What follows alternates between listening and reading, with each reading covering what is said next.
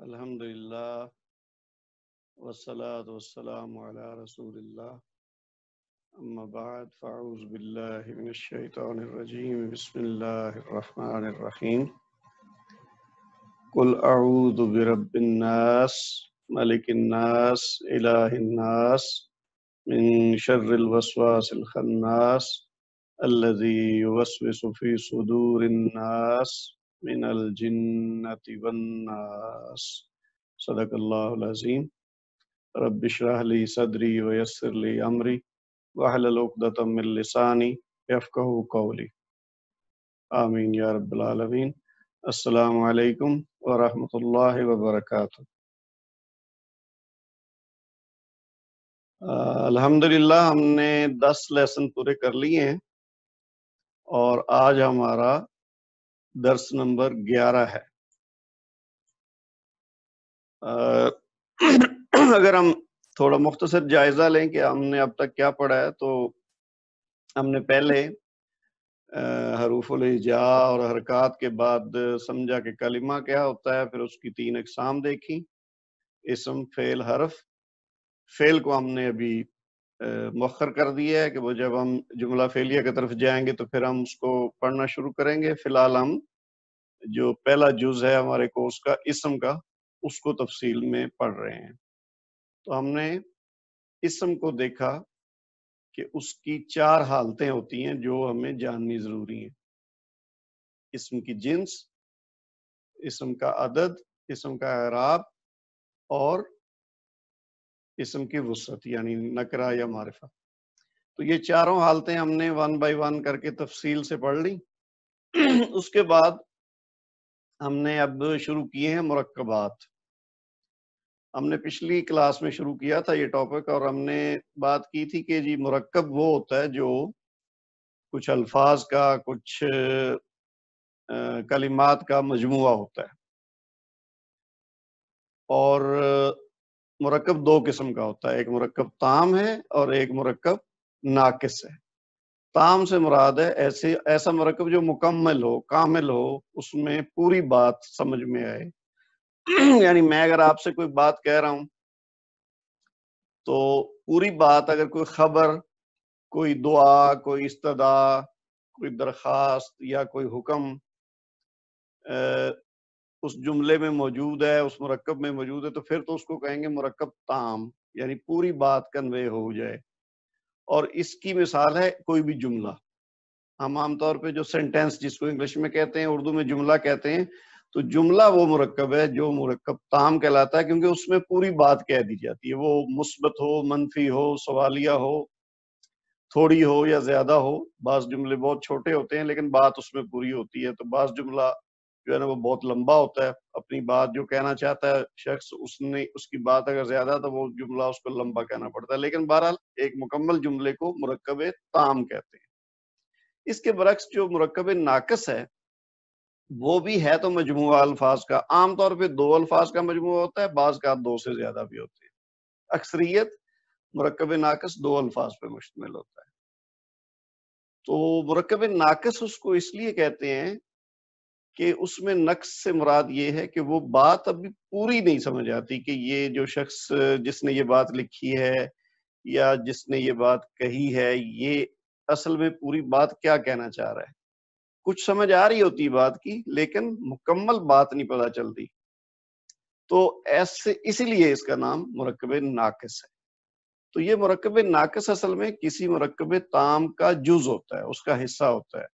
ہم جیسے کوئی بات کرتے ہیں، کوئی جملہ بولتے ہیں، تو اس کے اندر بات کرنے کے دوران بعض اوقات ایک ناقص مرکب ہوتا ہے۔ جیسے میں کہوں کہ میرا قلم بہت اچھا ہے، اب یہ ایک مرکب تام ہوگا کیونکہ یہ پورا جملہ ہے، جس نے بات یہ کہی ہے اس نے پورا اپنا مدعا بیان کر دیا ہے، وہ یعنی کہنا چاہ رہا ہے کہ اس کا جو پین ہے وہ بہت اچھا ہے۔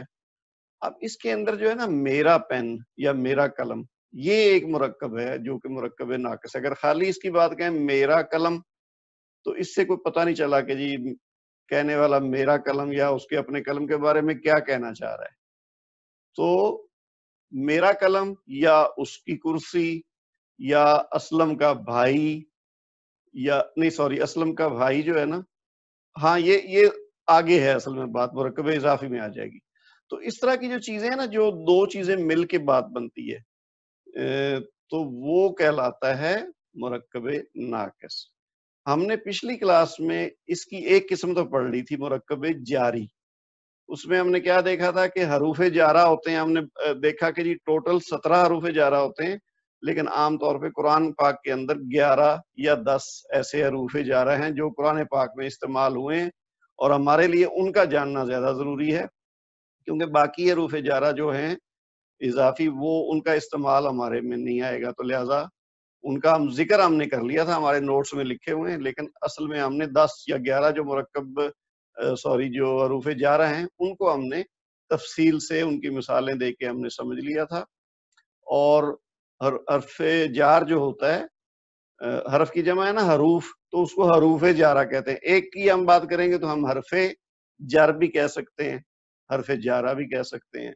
تو وہ جب کسی اسم کے ساتھ ملتا ہے تو اس کو حالت جر میں لے جاتا ہے، اسی لیے اس کو حرف جار کہتے ہیں.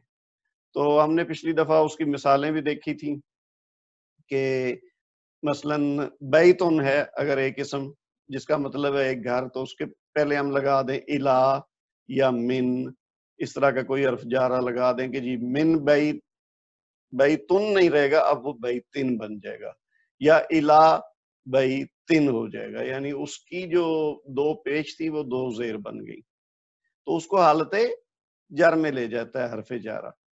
اچھا، اب جو حالت جر ہے یا جری حالت ہے کسی اسم کی، وہ ہم پہلے پڑھ چکے ہیں اسم کی حالتیں پڑھتے ہوئے. یہ ضروری نہیں کہ اس کے نیچے زیر نظر آئے، اسی لیے اس کو جر کہتے ہیں کہ اس کی حالت جری ہوتی ہے حرف جر پہلے لگنے کی وجہ سے.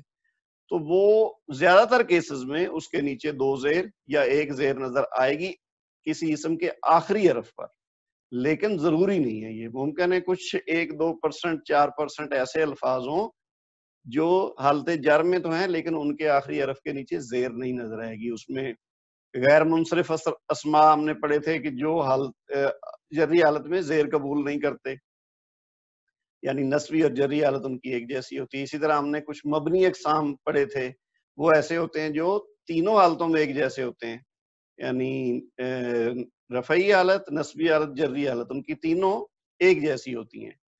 تو غیر منصرف اور مبنی جو اسماء ہیں ان کی حالت جر جو ہے وہ اس میں آپ کو زیر نظر نہیں آئے گی، لیکن کہلائیں گے وہ بھی جری ہی.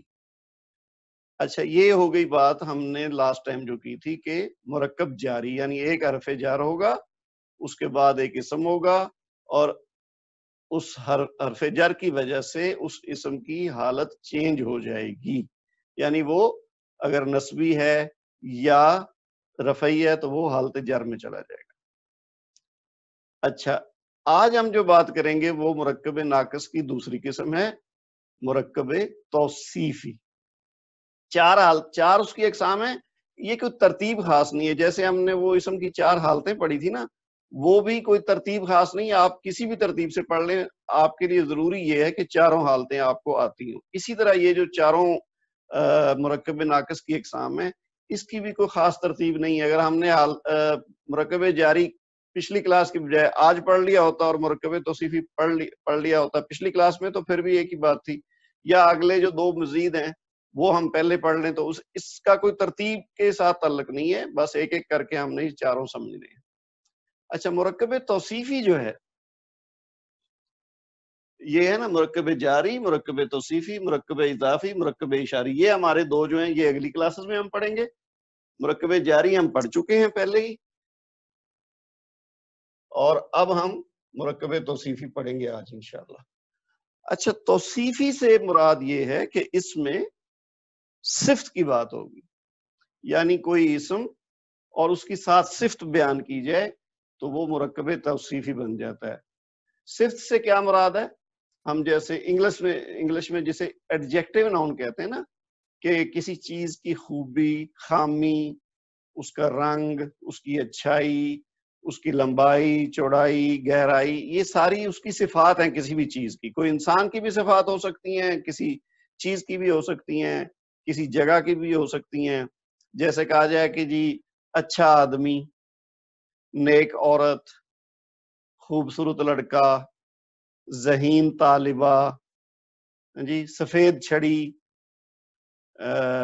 خوبصورت میز، ٹھیک ہے، سیاہ کرسی، محنتی استاد، ذہین طالب علم. اس طرح کے جتنے بھی آپ بناتے جائیں گے نا، اس میں یعنی ایک اسم ہوگا، دوسری اس کی صفت ہوگی. تو یہ دو الفاظ جو ہیں یہ جب ملیں گے تو ان کو ہم کہہ دیں گے مرکب توصیفی. تو اس میں کوئی بھی خوبی خامی ہوگی اس کی یعنی کوالٹی کا ہم ذکر کریں گے. اور عام طور پہ کیا ہوگا کہ جو موصوف ہوگا وہ اس میں ذات ہوتا ہے عام طور پہ، اور اس کے ساتھ اس میں صفت ملتا ہے. تو وہ دونوں مل کے مرکب توصیفی بن جاتے ہیں. اچھا، اس میں دو چیزیں، پہلے کو ہم کہتے ہیں موصوف،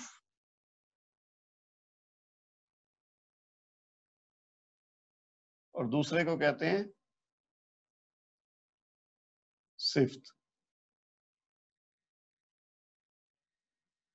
تو یہ دونوں مل کے کیا بن جاتا ہے؟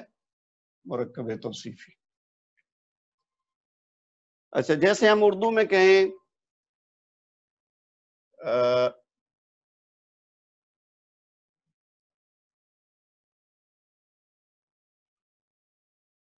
ساتھ ایک لگا دیں، ایک نیک آدمی. اب ایک تو اس کی تعداد کو ظاہر کر رہا ہے نا، اصل میں کیا ہے؟ نیک آدمی.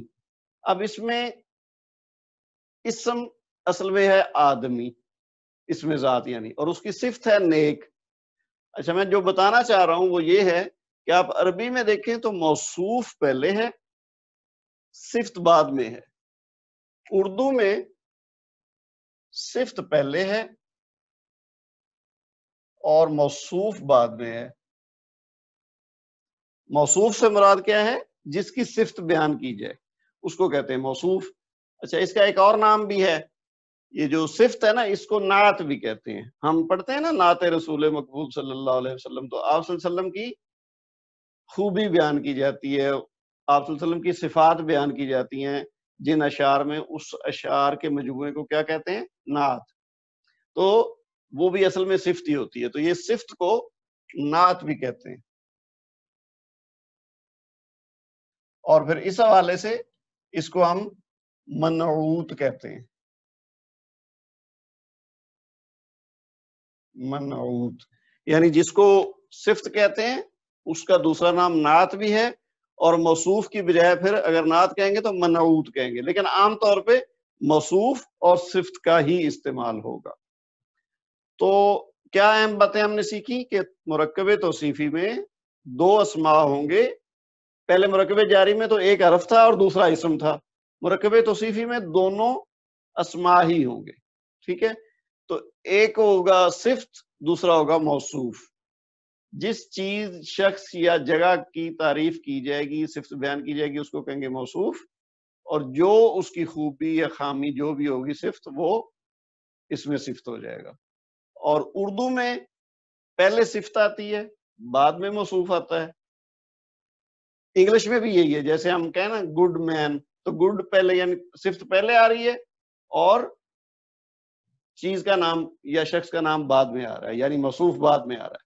اور اردو میں بھی یہی ہے. لیکن عربی میں کیا ہے؟ اس کا تھوڑا الٹ ہے، یعنی جگہ چینج ہو رہی ہے. باقی اسی طرح آئیں گی چیزیں، اس میں بھی صفت بھی آئے گی، موصوف بھی آئے گا. لیکن عربی میں کیا ہے کہ اس کا موصوف پہلے آ جائے گا اور صفت بعد میں آئے گی. یہ تو ہوگی بنیادی بات کہ مرکب توصیفی ہوتا کیا ہے. اب اس میں اس سے اگلا سٹیپ کیا ہے کہ ہم نے جب مرکب توصیفی بنانا ہے تو اس کا طریقہ کیا ہوگا. مثلا ہمیں دیا جائے ایک اسم، کوئی نام دیا جائے کہ جی یہ نام ہے اور یہ اس کی صفت ہے. اب اس سے مرکب توصیفی بنانا ہے ہم نے، تو اس کو ہم نے چار لحاظ سے دیکھنا ہے. اور وہی چار لحاظ جو ہم پہلے پڑھ چکے ہیں، جس کو ہم نے کہا تھا اسم کی چار حالتیں. مثال کے طور پر یہی بات اگر ہم لے کے چلیں آدمی، تو آدمی کو ہم کیا کہتے ہیں؟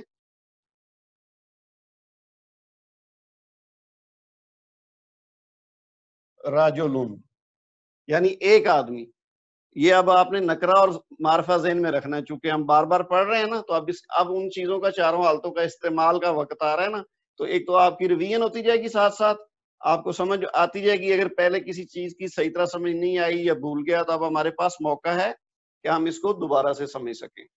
تو پہلی بات ہم نے کیا دیکھا کہ یہ کیا نکرہ ہے یا معرفہ ہے. تو ہم نے دیکھا کہ یہ ایک ہے چیز، تو لہذا یہ نکرہ ہے. تو ہم نے اس کی عربی بنا لی رجلن. اگر یہ معرفہ ہوتا تو ہم کہتے الرجل. ٹھیک ہے، ایک تو یہ چیز ہوگی کہ یہ اس کی وسعت یعنی نکرہ ہے یا معرفہ ہے. اچھا، دوسری چیز ہم نے کیا دیکھنی ہے؟ عدد، کہ یہ ایک ہے یا دو ہیں یا دو سے زیادہ، یعنی واحد، تثنیہ، جمع. تو یہ واحد ہے، ہمیں پتہ چل گیا. تیسری چیز ہم نے کیا دیکھنی ہے؟ جنس، کہ یہ مذکر ہے یا مؤنث ہے. تو یہ مذکر ہے، ٹھیک ہے، آدمی. چوتھی چیز کیا ہے؟ اعراب، یعنی وہ اس کی حالت کیا ہے، اعرابی حالت کیا ہے، یعنی وہ نسبی ہے یا جری ہے یا رفعی ہے. تو یہ رفعی حالت ہے، یعنی عام حالت جو بنیادی ہے وہ رفعی حالت ہوتی ہے، اور اس کے بعد ہم اس سے نسبی یا جری حالت بناتے ہیں. تو یہ ہمیں پتہ چل گیا یہ چاروں چیزوں کا کہ یہ نکرہ ہے،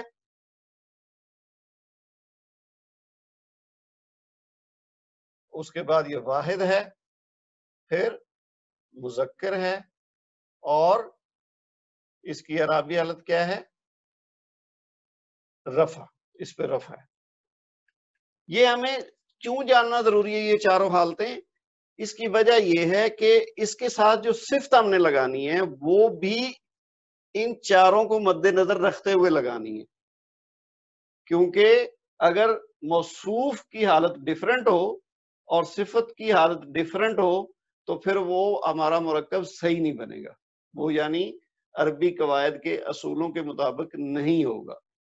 تو ہم نے جو موصوف ہے اس کی یہ چاروں چیزیں دیکھنی ہے پہلے، اور پھر ان چاروں کو ذہن میں رکھتے ہوئے اس کے مطابق اس کی صفت ساتھ لگانی ہے، تو ہمارا مرکب توصیفی بن جائے گا. مثلا ہم دیکھیں، نیک کی عربی ہے رجل صالح. یہ دیکھیں نا، صالح.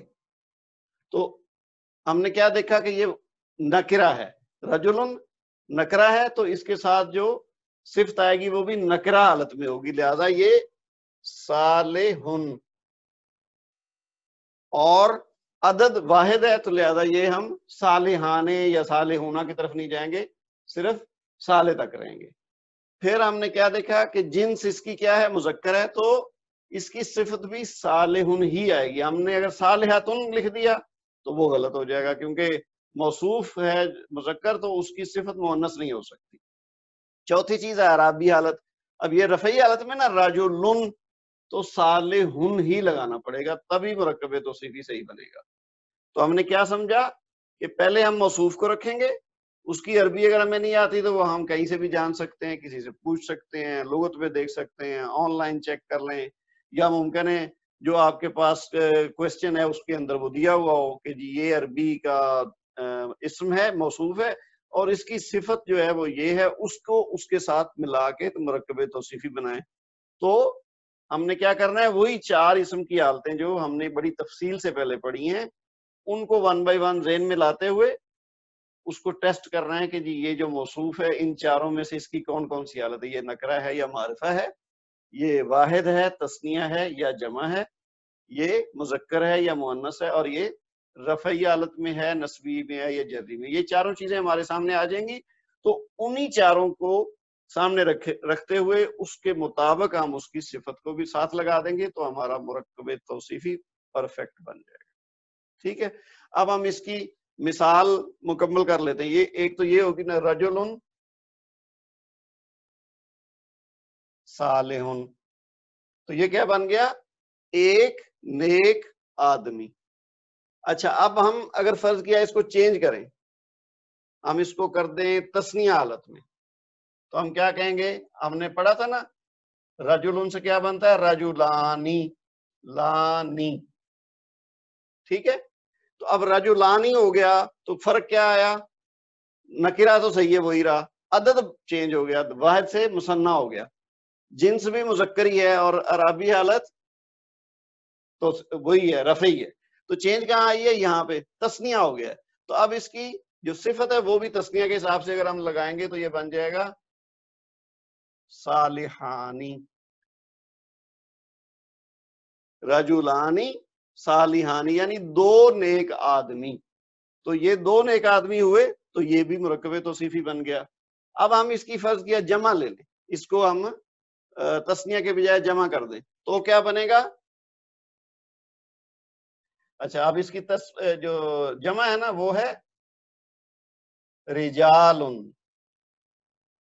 یہ یعنی جمع مکسر ہے، تو رجال صالحون،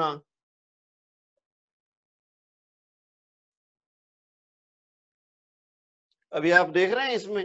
اچھا یہ ساری چیزیں جو ہم تھوڑی تھوڑی کر کے پڑھتے رہے ہیں نا، اب وہ تھوڑی تھوڑی اکٹھی ہو رہی ہیں، تو اب آپ کو اپنی یعنی ساری جو چیزیں میمورائز کی ہیں نا ان کو ریٹریو کرنا پڑے گا، اور اگر آپ کی پریکٹس کم ہے تو اس کو پریکٹس کو بڑھائیں۔ اسی لیے میں نے اب ایکسرسائز پہ بھی زور دینا شروع کیا ہے کہ اگر آپ لوگ ایکسرسائز نہیں کر رہے تو پھر آپ ویک ہوتے جائیں گے دن بدن، تو اس لیے جتنی ایکسرسائز دی ہوئی ہے کسی لیسن کے آخر میں وہ ساری کریں، اگر آپ نے پیچھے والی کو مس کی ہیں تو وہ بھی کوشش کریں ٹائم نکال کے ان کو پریکٹس کریں، میرے سے شیئر کر سکیں یا نہ کر سکیں کوئی مسئلہ نہیں ہے، لیکن آپ خود اپنی ایکسرسائز کر کے نوٹس کے ساتھ میچ کر کے ٹیسٹ کر سکتے ہیں کہ جی اس میں کیا غلطی ہے کیا نہیں ہے، تو لیکن یہ کرنا ضروری ہے، تبھی آپ یہ چیزوں کو گریسپ کر پائیں گے۔ اچھا اب ہم نے کیا چینج کیا؟ پہلے واحد تھا، پھر ہم نے تثنیہ بنایا، پھر ہم نے جمع بنایا۔ اب جمع رجالن ہے تو اس کے ساتھ اس کی جمع کی صفت کیا ہے؟ صالحن سے صالحون، ادھر دو میں تھا صالحان تو جمع میں آ گیا صالحون۔ اب یہ وزن کے حساب سے نہیں مل رہے، لیکن چونکہ رجلن کی جمع جو ہے نا وہ رجالن ہوتی ہے تو لہذا رجالن صالحون، تو یہ بن گئی واحد تثنیہ جمع۔ اور اب ہم اس کو اگر فرض کیا کر دیں، اسی کے ساتھ ہم چینج کر دیتے ہیں، اگر ہم اس کو نکرہ کی جگہ معرفہ کر دیں تو معرفہ کے لیے ہم کیا کہیں گے؟ الرجل، آپ کو یاد ہوگا ہم نے پڑھا تھا کہ جب الف لام ساتھ لگ جاتا ہے یعنی معرف باللام کے ذریعے ہم کسی اسم کو معرفہ بناتے ہیں تو کیا کرتے ہیں؟ الف لام لگاتے ہیں اور آخر میں جو تنوین ہوتی ہے وہ گر کے آدھی رہ جاتی ہے، یعنی دو پیش کی بجائے ایک پیش رہ گی، تو یہ بن گیا الرجل۔ اب ہم نے جب مرکب توصیفی اس سے بنانا تو ہمیں اس کو بھی اس کے مطابق کرنا پڑے گا، یعنی ایک تو ال ساتھ لگ گیا۔ اب یہ جو سواد ہے یہ حروف شمسی میں سے ہے، آپ کو کچھ یاد آیا؟ ہم نے قمری اور شمسی حروف کی بات کی تھی، تو جب شمسی ہوتا ہے تو پھر لام پڑھا نہیں جاتا، لکھا جاتا ہے، تو یہ بن گیا الصالح۔ اب اس کی بھی ایک پیش کم ہوگی تو دونوں ایک جیسے ہو گئے نا، الرجل الصالح۔ اب ہم اس کا ترجمہ کیا کریں گے؟ نیک آدمی، اب ایک ہٹ جائے گا تو یہ ہے نیک آدمی، یعنی ہمارے ذہن میں ہے بات کرتے ہوئے کہ ہم کس آدمی کی بات کر رہے ہیں، لہذا یہ خاص آدمی ہے تو ہم اس کو کہیں گے دی گڈ مین۔ جب ہم انگلش میں اگر بات اس کو سمجھنے کی کوشش کریں تو یہ دی ساتھ لگ گیا ہے۔ اچھا اب اسی کو اگر یہاں لگائیں تثنیہ میں تو الرجلانی اور الصالحانی، ٹھیک ہے، باقی اس کی وہی رہیں گی، یہ یعنی زیر اسی طرح وزن وہی رہے گا۔ اسی طرح اگر ہم اس کو معرفہ کریں تو یہ ہے الرجال الصالحون، تو یہ ہم نے اس کی نکرہ اور معرفہ حالتیں دیکھ لی واحد تثنیہ جمع کے لحاظ سے۔ اب اگر ہم دوسری چیزیں دیکھنا چاہیں جیسے جنس کے لحاظ سے تو ہم کوئی اور لے لیتے ہیں، مثلا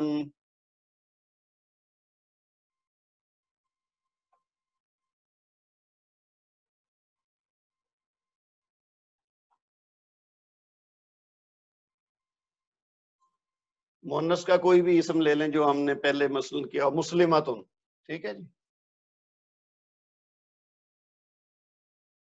مسلمہ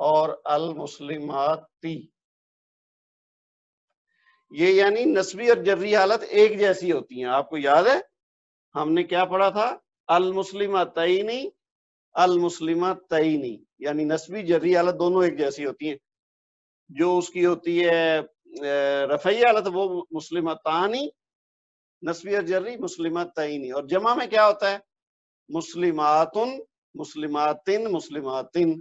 اور اگر ہم جو پہلے مسلم والی مثال لی تھی تو مسلموں، پھر اس کی نسبی حالت کیا ہوئی؟ مسلمن. جری حالت کیا ہوئی؟ مسلمن. تو اگر ہم ساتھ یہ لگائیں گے تو ہم کہیں گے مسلمن صالحن، مسلمن صالحن، مسلمن صالحن. یعنی جس طرح سے موصوف چینج ہوتا جائے گا اسی طریقے سے اس کا ساتھ جو اس میں صفت ہے وہ بھی چینج ہوتا جائے گا. اگر اس کی حالت چینج ہوگی اعرابی حالت تو وہ صفت کی بھی چینج ہو جائے گی. اگر تعداد چینج ہوگی تو صفت کی بھی چینج ہوگی. اگر وسعت چینج ہوگی تو اس کی بھی چینج ہوگی، صفت کی بھی. اور جنس چینج ہوگی تو صفت کی بھی جنس چینج ہوگی. تو یعنی مرکب توصیفی میں کیا خاص بات ہے؟ ایک تو یہ کہ موصوف پہلے آتا ہے عربی میں اور صفت بعد میں آتی ہے.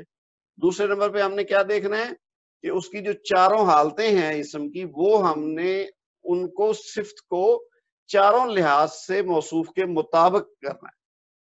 ٹھیک ہے؟ چاروں حالتیں کون کون سی ہیں؟ جنس، عدد، وسعت اور اس کی اعرابی حالت. یہ چاروں حالتیں صفت کی موصوف کے برابر ہو گئی تو ہمارا مرکب توصیفی بالکل صحیح بن جائے گا. اس کے اندر اتنی چیز ہی ہے، باقی ہم اس کی مثالیں دیکھ لیتے ہیں. مزید دو چار مثالیں ہم نوٹ سے دیکھتے ہیں تو مزید واضح ہو جائے گا. ایک بات اور ہے ہاں کہ ہم نے شاید پہلے بھی ذکر کیا ہے، عاقل اور غیر عاقل اسم.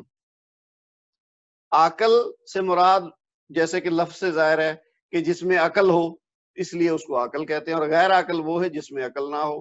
اب جو انسان ہیں، جن ہیں اور فرشتے، یہ تین مخلوقات ایسی ہیں کہ جن کو عقل میں گنا جاتا ہے، اور اس کے علاوہ جتنی مخلوقات ہیں وہ ساری غیر عقل میں آتی ہیں. اس کا تعلق یہاں کیوں اہم ہے؟ وہ اس لیے ہے کہ جب جمع مکسر موصوف ہو تو اس کی صفت جو ہے وہ جمع کی بجائے واحد آتی ہے غیر عاقل اسم کی صورت میں. عاقل ہوگا تو پھر تو اس کے مطابق ہی آئے گی صفت. لیکن اس میں یہ ایک خاص بات یاد رکھنے کی ہے کہ غیر عاقل موصوف ہو اگر تو اس کی صفت مؤنث میں واحد میں آئے گی. ٹھیک ہے؟ وہ یعنی جمع نہیں آئے گی. اگر جمع ہو غیر عاقل موصوف تو اس کی صفت مؤنث واحد میں آئے گی. یہ ابھی ہم مثالوں میں آئیں گے تو آپ کو اور واضح ہو جائے گا. یہ مرکب توصیفی ہم نے یہ ڈیفینیشن وغیرہ ساری پڑھ لی. مرکب تام کیا ہے یہ بھی ڈسکس ہو گیا. اس کے بعد مرکب ناقص آ گیا، پھر اس کی قسمیں آ گئیں. ہاں جی، پھر ہم نے مرکب توصیفی کی بات کی کہ کیا ہوتا ہے، صفت ہوتی ہے اور اس میں موصوف ہوتا ہے. ٹھیک ہے؟ یہ پھر وہی نیک آدمی والی یہاں پہ مثال دی ہوئی ہے. لیکن عربی میں کیا ہوگا کہ آدمی یعنی موصوف ہے جو وہ پہلے آ جائے گا، اور نیک جو اس کی صفت ہے وہ بعد میں چلی جائے گی. تو یعنی الرجل الصالح، آدمی پہلے آ گیا اور اس کی صفت بعد میں چلی گئی. جبکہ اردو میں کیا ہے؟ صفت پہلے ہے نیک، اور آدمی خود جو موصوف ہے وہ بعد میں. ٹھیک ہے جی. اس کے بعد ہاں یہ وہی ترتیب کی بات ہو رہی ہے. اس میں یہ ساری باتیں ہم نے ڈسکس کر لی ہیں. اچھا یہ آپ دیکھیے، صفت اپنے موصوف کی مندرجہ ذیل چال حالتوں میں تابع ہوگی. یہ ابھی ہم نے بات کی کہ یہ عدد، جنس، وسعت اور اعراب کے لحاظ سے جو صفت ہے وہ موصوف کے تابع ہوگی. اس میں یعنی ہم نے چاروں کی چاروں چیزیں دیکھنی. اگر کوئی ایک بھی مس ہو گئی، مثلا تین لحاظ سے صفت ہم نے کر دی موصوف کے مطابق اور چوتھی لحاظ سے ہم نے وہ ڈیفرنٹ لکھ دی تو پھر وہ غلط ہو جائے گا.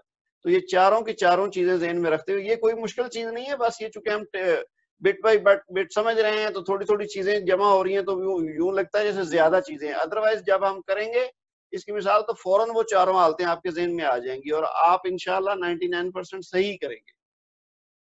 اچھا ابھی دیکھیے، اب عدد کے اعتبار سے جیسے یہ کچھ مثالیں ہیں، جیسے یہ نا پہلے کتابن، یہ کیا ہے؟ موصوف ہے. تو یعنی نئی کتاب، ایک نئی کتاب. تو کتاب ان کے ساتھ جدید اس کی صفت آ گئی. تو وہ دیکھیے اس کو چاروں لحاظ سے اس کے مطابق ہے۔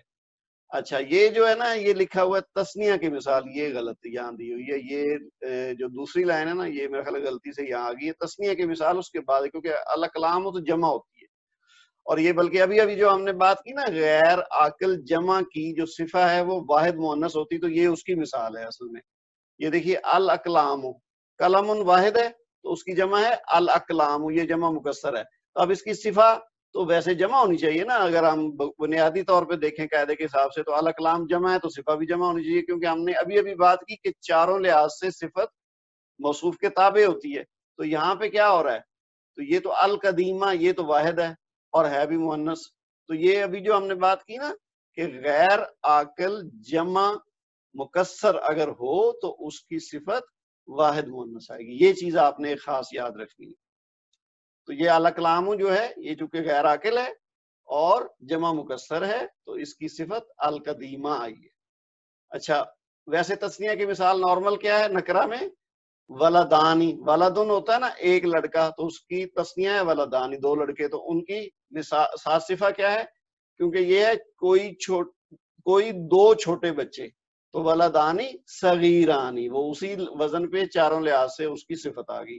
اسی طرح جمع کی مثال کیا ہے، المسلمون، اب یہ نکرہ نہیں ہے بلکہ یہ معرفہ ہے المسلمون، تو یہ اس کی صفت بھی اسی حساب سے آئی الساجدون۔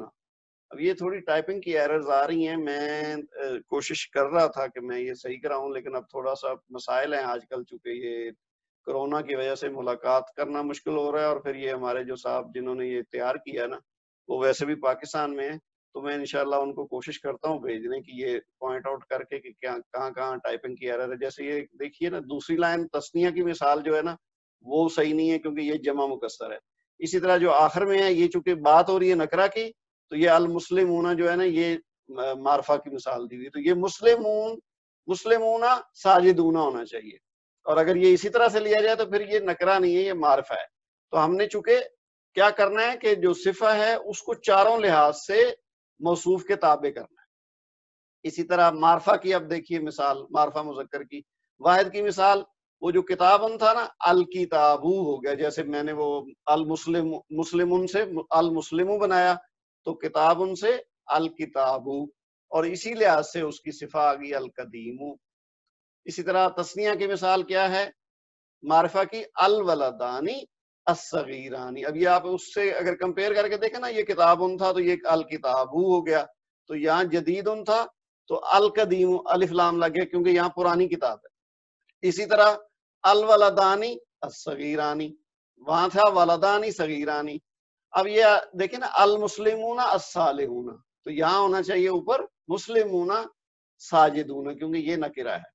تو یہ ایک بات جو ہے نا خاص طور پہ نوٹ کر لیں کہ یہ جو نکرہ اور معرفہ کی جب ہم اردو میں بات کریں گے نا تو ہم نے ان کو دونوں کو کیسے ڈیفرینشیٹ کرنا ہے، ایک دوسرے سے فرق کیسے ڈالنا ہے کہ نکرہ میں آپ ایک یا کوئی یا کچھ کا لفظ ایڈ کریں گے تو پھر پتہ چلے گا کہ یہ نکرہ کی بات ہو رہی ہے، اور اگر یہ ان جیسا کوئی لفظ ساتھ نہیں ہے تو پھر آپ سمجھ جائیے کہ یہ معرفہ ہے، اور پھر آپ نے معرفہ کا لفظ استعمال کرنا ہے عربی والا، ٹھیک ہے جی۔